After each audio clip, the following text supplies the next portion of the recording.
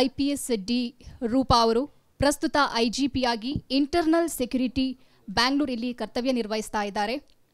ಇವರನ್ನು ನಾನು ಆತ್ಮೀಯಪೂರ್ವಕವಾಗಿ TV9 ಪರವಾಗಿ ಸ್ವಾಗತಿಸ್ತಾ ಇದ್ದೇನೆ. ಅದೇ ರೀತಿ TV9ನ ಚೀಫ್ ಎಡಿಟರ್ ಆಗಿರುವಂತಹ ರಾಹುಲ್ ಚೌಧರಿ ಸರ್ ಅವರು ಹೂಗುಚ್ಛವನ್ನು ನೀಡಿ ಮೇಡಮ್ ಅವರನ್ನು ಸ್ವಾಗತಿಸಬೇಕಾಗಿ ಕೇಳಿಕೊಳ್ತಿದ್ದೇನೆ.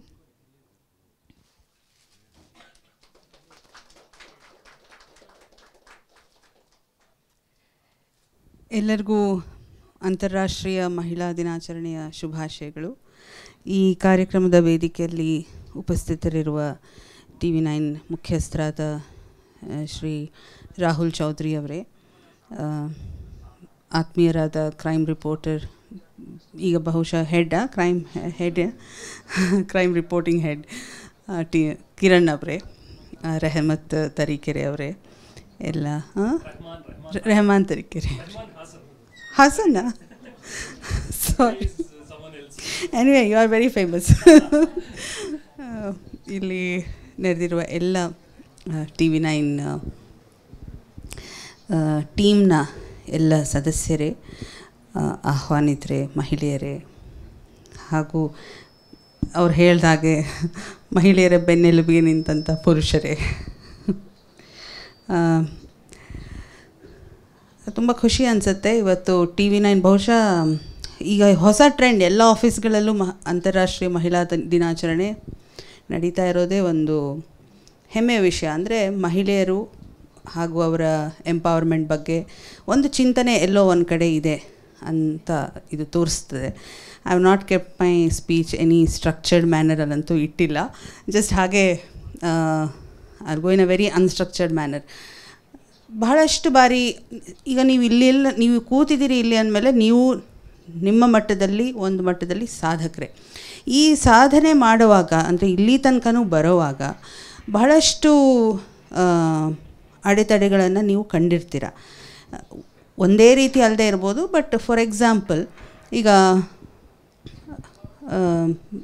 ಏನು ಅಣ್ಣ ತಮ್ಮ ಅಥವಾ ನಿಮಗೆ ಇದ್ದರೆ ಅಣ್ಣ ತಮ್ಮ ಇದ್ದರೆ ಪೇರೆಂಟ್ಸ್ ಸಾಮಾನ್ಯ ತುಂಬ ನಿಮ್ಮ ಬಗ್ಗೆ ಪ್ರೊಟೆಕ್ಟಿವ್ ಇರ್ತಾರೆ. ಬಟ್ ಹಾಗೇ ಮನೆಗೆ ಬೇಗ ಬಂದುಬಿಡು, ಹಾಗೆ ಹೋಗೋಗಿಲ್ಲ, ರಾತ್ರಿ ಹೋಗೋಗಿಲ್ಲ. ಅದೇ ಆ ಒಂದು ಕಟ್ಟುನಿಟ್ಟನ್ನು ನಿಮ್ಮ ಅಣ್ಣ ತಮ್ಮಂದಿರಿಗೆ ಹೇಳದೇ ಇರ್ಬೋದು. ರಫ್ ಆ್ಯಂಡ್ ಟಫ್ ಆಗಿ ಬೆಳೆಸ್ತಾರೆ ಅವ್ರನ್ನ, ನಮ್ಮನ್ನು ತುಂಬ ನಮ್ಮನ್ನು ತುಂಬ ಪ್ರೊಟೆಕ್ಟಿವ್ ಆಗಿ ಬೆಳೆಸಿರ್ತಾರೆ. ಬರೀ ಅಷ್ಟೇ ಅಲ್ಲ, ಕೆಲವು ಏನು ನಾವು ಹೇಳ್ತೀವಿ ಕಲ್ಚರ್ನ ಬಾಯಿ ಮಾತಿನಲ್ಲಿ ನಾವು ನಿರಂತರವಾಗಿ ಮುಂದುವರಿಸೋದಿದೆ. ಫಾರ್ ಎಕ್ಸಾಂಪಲ್, ಯಾವತ್ತಿದ್ರೂ ನೀ ಗಂಡನ ಮನೆ ಸೇರ್ಕೋಬೇಕು, ಹಾಗಾಗಿ ಸ್ವಲ್ಪ ನಯ ನಾಜೂಕ್ ಕಲ್ತ್ಕೋ, ರಫ್ ಆ್ಯಂಡ್ ಟಫ್ ಆಡಬೇಡ, ದಡಬಡ ಹೋಗಬೇಡ, ಮೆತ್ತಗೆ ಮಾತಾಡು, ಜೋರಾಗಿ ಡೋಂಟ್ ಲಾಫ್ ಲೌಡ್, ಜೋರಾಗಿ ನಗಬೇಡ, ಈ ಥರ ಎಲ್ಲ ಹೇಳ್ಕೊಟ್ಟಿರ್ತಾರೆ. ಅದಕ್ಕೊಂದು ಫಂಕ್ಷನಾಲಿಟಿ ಇರುತ್ತೆ. ಅಂದರೆ ಅದು ಎಲ್ಲೋ ಒಂದು ರೀತಿಯ ನಮಗೆ ಅದು ಯೂಸ್ಫುಲ್ ಇರುತ್ತೆ, ಹಾಗಾಗಿ ಅದನ್ನು ಹೇಳ್ಕೊಡ್ತಾ ಇರ್ತಾರೆ. ಅದನ್ನು ಹೇಳಿದ ತಕ್ಷಣ ತಪ್ಪು ಅಂತಲ್ಲ. ಬಟ್ ಇದೇ ಕೆಲವು ಬಿಹೇವಿಯರ್ಸು ನಮ್ಮನ್ನು ತುಂಬ ಪ್ರೊಟೆಕ್ಟಿವ್ ಆಗಿ ಬೆಳೆಸೋದ್ರಿಂದ ಇವತ್ತಿನ ಪುರುಷ ಪ್ರಧಾನ ಸಮಾಜದಲ್ಲಿ ನಾವು ಯಾವ ಆಯಾಕಟ್ಟಿನ ಸ್ಥಳಗಳಿಗೆ ಹೋಗ್ತೀವೋ ಅಲ್ಲಿ ಬೇಕಾಗಿರುವಂಥ ಟ್ರೇಟ್ಸ್, ಗುಣಗಳೇ ಬೇರೆ. ಅಲ್ಲಿ ನಾವು ಅಸರ್ಟಿವ್ ಆಗೂ ಇರಬೇಕು, ಕೆಲವು ಬಾರಿ ಅಗ್ರೆಸಿವ್ ಆಗೂ ಇರಬೇಕು. ನಮ್ಮದನ್ನು ನಾವು ಹೇಳಬೇಕು. ನಾವು ಸಾಮಾನ್ಯ ಮಹಿಳೆಯರು ಏನು ಮಾಡ್ತೀವಿ, ನಮ್ಮದನ್ನು ನಾವು ಹೇಳ್ಕೊಳ್ಳಲ್ಲ. ನಮ್ಮನ್ನು ಬೆಳೆಸಿರೋದೇ ಆ ರೀತಿ ಬೆಳೆಸಿರ್ತಾರೆ. ಇಲ್ಲಿ ಕೆಲವರು ಒಪ್ತಾ ಇಲ್ಲ, ಅವರು ತಲೆ ಅಲ್ಲಾಡಿಸ್ತಾ ಇಲ್ಲ ಪುರುಷರು.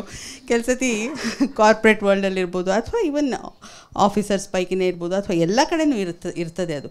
ನಾನು ಇದನ್ನು ಮಾಡಿದೆ ಅದನ್ನು ಮಾಡಿದೆ ಅಂತ ಪುರುಷರು ಎಗ್ಗಿಲ್ಲದೆ ಹೇಳ್ಕೊಳ್ಳೋ ಹಾಗೆ ಮಹಿಳೆಯರು ಹೇಳ್ಕೊಳ್ಳಲ್ಲ. ಹೇಳಿದರೆ ಎಲ್ಲಿ ಅದು ನಮಗೆ ಮುಳುವಾಗ್ತದೋ, ಅವ್ರಿಗೆ ಬೇರೆಯವ್ರಿಗೆ ಇಷ್ಟ ಆಗಲ್ವೋ ಅಂತ ನಾವು ಸುಮ್ಮನಾಗ್ಬಿಡ್ತೀವಿ, ಒಂದು ಹಿಂದೇಟು ಹಾಕ್ತೀವಿ. ಅದು ಎಲ್ಲೋ ನಮ್ಮ ಕರಿಯರ್ ಅಡ್ವಾನ್ಸ್ಮೆಂಟ್ಗೆ ಅಡೆತಡೆ ಆಗ್ತದೆ. ಹಾಗೆಯೇ ಮೆಂಟರಿಂಗ್, ಪುರುಷರು ಏನು ಮಾಡ್ತಾರೆ, ಇವ್ರನ್ನ ಬೆಳೆಸ್ತಾರೆ, ನೆಕ್ಸ್ಟ್ ಬರೋ ಒಂದು ಲೈನ್ ಆಫ್ ಫಾಲೋವರ್ಸ್ನ. ಅದೇ ನಾವು ಮಹಿಳೆಯರು ಆ ಮೆಂಟರಿಂಗ್ ಮಾಡಲ್ಲ. ನನ್ನ ನಂತರ ಈ ಥರ ಮಾಡಬೇಕು ನೀವು, ಇದು ನಿಮಗೆ ಯೂಸ್ಫುಲ್ ಆಗುತ್ತೆ ಅನ್ನೋದನ್ನು ಬಹುಶಃ ಮೆಂಟ್ರಿಂಗ್ ಮಾಡಿಸ್ಕೊಳ್ಳೋಕ್ಕೂ ನಮ್ಮವರು ಒಪ್ಪಲ್ಲ. ನಮ್ಮ ಮಹಿಳೆಯರು ಇನ್ನೊಬ್ಬ ಲೇಡಿನ ಲೀಡರ್ ಅಂತ ಆಕ್ಸೆಪ್ಟ್ ಮಾಡ್ಕೊಳ್ಳಲ್ಲ. ಹಾಗೆ ಅವರು ಕೂಡ ಗ್ರೂಮ್ ಮಾಡಲ್ಲ. ಇದು ಬಹಳನೇ ಒಂದು ವಿಷಾದಕರ ವಿಷಯ. ಯಾಕಂದರೆ ಮಹಿಳೆಗೆ ಗೊತ್ತಿರುತ್ತೆ ಆ ಪೊಸಿಷನಲ್ಲಿ ಕಷ್ಟಗಳೇನು, ಅದನ್ನು ಹೇಗೆ ನಾವು ಮೆಟ್ಟಿ ಮುಂದೆ ಬರ್ಬೋದು ಅಂತ. ಸೊ ಆ ಒಂದು ಮೆಂಟ್ರಿಂಗ್ ಬಹಳ ಅಗತ್ಯ ಇರುತ್ತೆ. ಪ್ರಕೃತಿ ಏನಿದೆಯಲ್ಲ, ಸ್ವಲ್ಪ ಮಟ್ಟಿಗೆ ಮಹಿಳೆಯರಿಗೆ ಅನ್ಯಾಯ ಮಾಡಿದೆ ಅಂತ ನಾನು ಭಾವಿಸ್ತೀನಿ. ಯಾಕಂದರೆ ಮೊನ್ನೆನೂ ಇದನ್ನು ಎಲ್ಲೋ ಹೇಳ್ತಾ ಇದ್ದೆ, ರಿಸರ್ಚ್ ಏನು ಹೇಳುತ್ತೆ, ಯಾವಾಗ ಮಹಿಳೆ ಜನ್ಮ ಕೊಡ್ತಾಳೆ, ಮಗುವಿಗೆ ಹಾಲು ಉಣಿಸ್ತಾಳೆ, ಆರೈಕೆ ಲಾಲನೆ ಮಾಡ್ತಾಳೆ, ಅಲ್ಲಿವರೆಗೂ ಅಂದರೆ ಅದು ನೀವು 1ನೇ ಮಗು ಇರ್ಬೋದು, 2ನೇ ಮಗು ಇರ್ಬೋದು, 4ನೇ ಮಗು ಇರ್ಬೋದು, ಒಟ್ಟು ಒಂದು 35-38 ವರ್ಷದ ತನಕನೂ ಅಥವಾ 40 ವರ್ಷದ ತನಕನೂ ಆಕೆ ದೇಹದಲ್ಲಿ ಸ್ರವಿಸುವಂಥ ಹಾರ್ಮೋನ್ಸ್ ಇದೆಲ್ಲ, ಅದು ಪ್ರಕೃತಿ ಸಹಜವಾಗಿ ಆ ಮಗುವಿನ ಲಾಲನೆ ಪಾಲನೆಗೆ ಅನುಕೂಲಕರವಾದಂಥ ಹಾರ್ಮೋನ್ಸ್ ಇರ್ತದೆ. ಆಕ್ಸಿಟೋಸಿನ್ ಈ ರೀತಿ, ಅಂದರೆ which help you to bring up the child. ಅಂದರೆ ಅದರಲ್ಲಿ ಕೇರಿಂಗ್, ಸಿಂಪತಿ, ಎಂಪತಿ ಇಂಥ ಒಂದು ಸಾಫ್ಟ್ ಗುಣಗಳಿರುವಂಥ ಹಾರ್ಮೋನ್ಗಳು. ಅದೇ ಟೈಮ್ನಲ್ಲೇ 40ರ ತನಕನೂ, ಅಂದರೆ 25ರಿಂದ 40ರ ತನಕನೂ ನಾವು ಕರಿಯರ್ ಫೀಲ್ಡ್ಗೆ ಬಂದಾಗ ಮಹಿಳೆಯರು, ಆಗ ಅಲ್ಲಿ ಏನು ಬೇಕಾಗ್ತದೆ, ಅದರ ತದ್ವಿರುದ್ಧ ಗುಣಗಳು ಬೇಕಾಗ್ತದೆ. ಅಂದರೆ ಅಸರ್ಟಿವ್ ಆಗೂ ಇರಬೇಕು, ಅಗ್ರೆಸಿವ್ ಆಗೂ ಇರಬೇಕು ಕರಿಯರಲ್ಲಿ ಅಡ್ವಾನ್ಸ್ಮೆಂಟ್ ಮಾಡಬೇಕಂದ್ರೆ. ಸೊ ಎಲ್ಲೋ ಒಂದು ಕಡೆ ಪ್ರಕೃತಿಯ ವಿರುದ್ಧವಾಗಿ ಹೋರಾಡ್ತಾ, ಸೊ ಹಾಗಾಗಿಯೇ ಎಲ್ಲಿ ಮಹಿಳೆ ಪುರುಷನಿಗೆ ಈಕ್ವಲಾಗಿ ನಿಂತಿರ್ತಾಳೋ ಅಲ್ಲಿ ಆಕೆ ಡಬಲ್ ಎಫರ್ಟ್ಸ್, ಟ್ರಿಪಲ್ ಎಫರ್ಟ್ಸ್ ಹಾಕಿರ್ತಾಳೆ ಪುರುಷನಿಗಿಂತಲೂ. ಅದನ್ನು ನಾವು ಅರ್ಥ ಮಾಡ್ಕೋಬೇಕು. ಅದ್ರ ಜೊತೆಗೆ ಈ ಕರಿಯರ್ ಅಡ್ವಾನ್ಸ್ಮೆಂಟ್ ಮಾಡುವಾಗ ನಾವು ಎಷ್ಟೋ ಸಲ ಅನ್ಕೋತೀವಿ, ನಾನು ನೋಡಿದ ಹಾಗೆ ಮಹಿಳೆಯರು it can be some evolutionary tactics. ಅಂದರೆ ಪುರುಷರದೇ ಒಂದು ರೀತಿ ಹೈರಾರ್ಕಿ ಇರುತ್ತೆ. ಅವರು ಒಂದು ರೀತಿ ಹೇಗೆ ತಮ್ಮ ಬಾಸ್ನ ಮಾತು ಕೇಳೋದು ಅಥವಾ ಅವರಿಗೆ ರೆಸ್ಪೆಕ್ಟ್ ಕೇಳೋದು, ಅಥಾರಿಟಿನ ಹೇಗೆ ಅವರು ಕಾಣ್ತಾರೆ, ಅದು ನಾವು ಮಹಿಳೆಯರು ಹೇಗೆ ಕೆಲಸ ಮಾಡ್ತೀವಿ ಅದಕ್ಕಿಂತ ಸ್ವಲ್ಪ ವಿಭಿನ್ನ. ಯಾಕಂದರೆ ಮಹಿಳೆಯರು ಮುಂಚೆಯಿಂದನೂ ಕೇವ್ ಮ್ಯಾನ್ ಮನುಷ್ಯರು ಗುಹೆಯಲ್ಲಿದ್ದಾಗ ಹಂಟಿಂಗ್ ಹೋಗ್ತಾಯಿದ್ರು ಪುರುಷರು. ಆವಾಗ ಒಂದು ಲೈನ್ ಆಫ್ ಹೈರಾರ್ಕಿ ಇರಲೇಬೇಕಿತ್ತು. ಒಬ್ಬ ಯಾರು ಲೀಡರ್ ಇದ್ದಾನೆ ಅವನ ಮಾತು ಕೇಳಲೇಬೇಕಿತ್ತು, ಇಲ್ಲದೇ ಇದ್ದರೆ ಅವರ ಜೀವಕ್ಕೆ ಕುತ್ತು. ಅದು ಒಂದು ರೀತಿ ಹೈರಾರ್ಕಿ. ಆ ಬಿಹೇವಿಯರ್ ಇವತ್ತಿಗೂ ಕಾಣ್ತದೆ, ಅದು ಬೇರೆ. ನಮ್ಮಲ್ಲಿ ನಾವು ಮಹಿಳೆಯರು ಏನು ಮಾಡ್ತಿದ್ವಿ ಆ ಗುಹೆಯಲ್ಲಿದ್ದ ಸಂದರ್ಭದಲ್ಲಿ, ಸ್ಟೋನ್ ಏಜ್, ಕೇವ್ ಮ್ಯಾನ್ ಡೇಸಲ್ಲಿ, ಒಟ್ಟಿಗೆ ಎಲ್ಲರೂ ಕೂತ್ಕೊಂಡು ಒಂದು ಹಣ್ಣನ್ನು ಕಲೆಕ್ಟ್ ಮಾಡುವಂಥದ್ದು, ಮಕ್ಕಳನ್ನ ನೋಡ್ಕೊಳ್ಳುವಂಥದ್ದು. ಇದರಲ್ಲಿ ಹೈರಾರ್ಕಿ ಇರ್ತಿರ್ಲಿಲ್ಲ, ಯಾರೂ ಯಾರ ಮಾತು ಕೇಳ್ತಿರಲಿಲ್ಲ, ಎಲ್ಲರೂ ಸಮನಾಗಿ ಚಿಟ್ ಚಾಟ್ ಮಾಡೋರು, ಆ ರೀತಿ ಒಂದು. ಸೊ ಅದು ಎಲ್ಲೋ ಒಂದು ಕಡೆ ಇವತ್ತಿಗೂ ಕೂಡ ಆ ಮನೋಭಾವ ಇವತ್ತಿಗೂ ನಡೆದು ಬಂದಿದೆ. ಸೊ ನಾನು ಕಂಡ ಹಾಗೆ ಎಷ್ಟೋ ಸಲ ನಾನು ಕೇಳಿರ್ತೀನಿ, ಯಾಕೆ ನಿಮ್ಮ ಟೀಮ್ನಲ್ಲಿ ಮಹಿಳೆಯರು ಸೇರಿಸ್ಕೊಳ್ಳಲ್ಲ, ಪುರುಷರು ಯಾಕೆ ಸೇರಿಸ್ಕೊಳ್ಳಲ್ಲ ಅಂದರೆ, ಅವ್ರು ಹೇಗೆ ಥಿಂಕ್ ಮಾಡ್ತಾರೆ ಅಂದರೆ ಅಂತಲೇ ಅರ್ಥ ಆಗಲ್ಲ, ಅವ್ರಿಗೆ ನಾವು ಮಣಿಸೋಕ್ಕಾಗಲ್ಲ, ಒಂದು ವಿಷಯ ಹೇಳೋಕ್ಕಾಗಲ್ಲ, ಈ ರೀತಿ ಕೆಲವು ಟೀಕೆಗಳಿರ್ತವೆ. ಅದು ಟೀಕೆಗಳು ಅಂತಲೂ ಅನ್ಬಹುದು, ಅಥವಾ it could be some fact there. So ಅದು ಮಾಡೋ ತಪ್ಪು ಅಂತ ನಾನು ಹೇಳ್ತಾ ಇಲ್ಲ, ಅಥವಾ ಇದೇ ಸರಿ ಅಂತ ಹೇಳ್ತಾ ಇಲ್ಲ. It is different, we are different. ಮಹಿಳೆಯರು ವಿಭಿನ್ನವಾಗಿದ್ದೀವಿ. ನಾವು ಟೇಬಲ್ಗೆ ತರುವಂಥ ಕ್ವಾಲಿಟೀಸು ಬೇರೆ. ನಾವು ತರೋದೇನು, we bring sympathy, we bring caring, we bring sharing, nurturing, ಇದನ್ನೆಲ್ಲ ನಾವು ಟೇಬಲ್ಗೆ ತರ್ತೀವಿ, which men do not bring so much.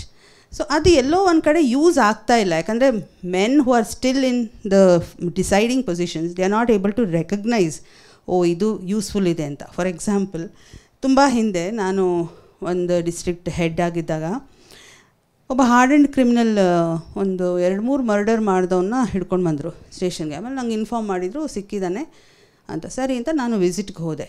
ನಾನು ಅಲ್ಲಿ ರೀಚ್ ಆಗೋಕ್ಕೆ ಮುಂಚೆ ಸಬ್ ಇನ್ಸ್ಪೆಕ್ಟ್ರು ಆತನ ಇಂಟ್ರೋಗೇಟ್ ಮಾಡಿದರು, ಇನ್ಸ್ಪೆಕ್ಟ್ರು ಮಾಡಿದರು, ಡಿ ಎಸ್ ಪಿ, ಅದು ಡಿಸ್ಟ್ರಿಕ್ಟಲ್ಲಿ ಡಿ ಎಸ್ ಪಿ ಅಂತಾರೆ, ಡಿ ಎಸ್ ಪಿನೂ ಮಾಡಿದರು. ಆಮೇಲೆ ನಾನು ಹೋದೆ. ಆಮೇಲೆ ನಾನು ಕೂತ್ಕೊಂಡು 1 to 1 ಅವನ್ನ ಇಂಟ್ರೋಗೇಟ್ ಮಾಡಿದೆ. ನನಗೆ ಒಂದು 5 ನಿಮಿಷದಲ್ಲಿ ಏನು ವಿಷಯಗಳನ್ನು ಅವನು ಹೇಳ್ದ ಅದನ್ನು ಅವನು ಅವ್ರಿಗೆ ಹೇಳಿರಲಿಲ್ಲ. ಮುಂಚೆ ಅವನನ್ನು ಇಂಟ್ರೋಗೇಟ್ ಮಾಡಿದ ಪುರುಷ ಅಧಿಕಾರಿಗಳಿಗೆ.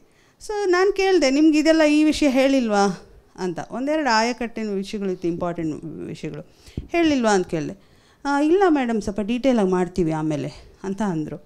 ಸೊ ನನಗನ್ನಿಸ್ತು ಅವ್ನಿಗೆ ಬಹುಶಃ ಎಲ್ಲೋ ನನ್ನಲ್ಲಿ ಒಂದು ಸಿಸ್ಟರ್ ಫಿಗರೋ ಮದರ್ ಫಿಗರ್ ಕಂಡಿರಬೇಕು.